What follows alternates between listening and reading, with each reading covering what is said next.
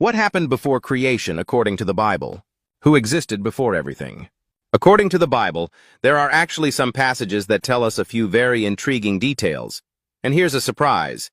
They're not from the Bible's creation stories in Genesis. So what are they and what do they say? Let's look at a few passages to find out.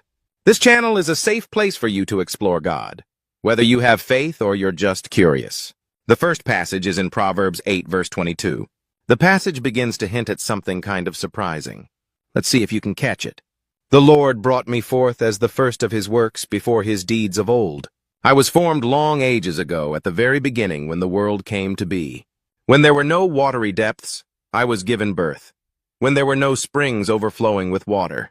Before the mountains were settled in place, before the hills, I was given birth.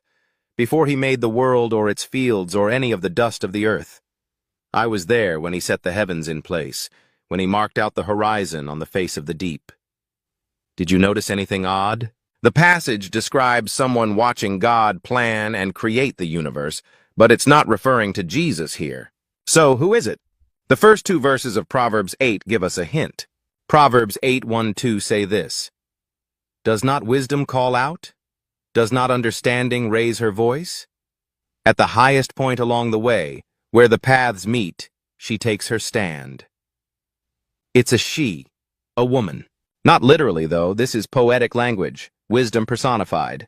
So before you feel like I tricked you, there is actually someone else watching God create the universe. Or should I say someone's, and it's not metaphoric language. I'll show you that in the next passage.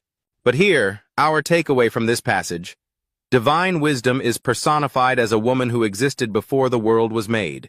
A way of saying that wisdom existed before the universe.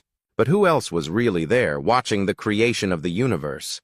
Sometimes when I introduce this next passage to people, even people who have read the Bible for years, they're very surprised at what it has to say. So let me see if you can spot why this is a favorite passage of mine from Job 38:4-7. Here God is speaking to Job, and he says this: Where were you when I laid the earth's foundation? Who marked off its dimensions?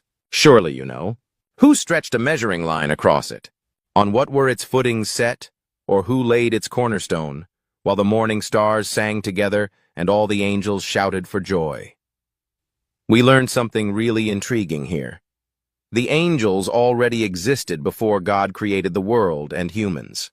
They watched him decide how big the world would be when he created it.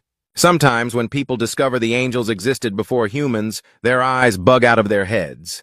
But if you think about it, the Bible never really says when angels were created, just that they were created before us. So is that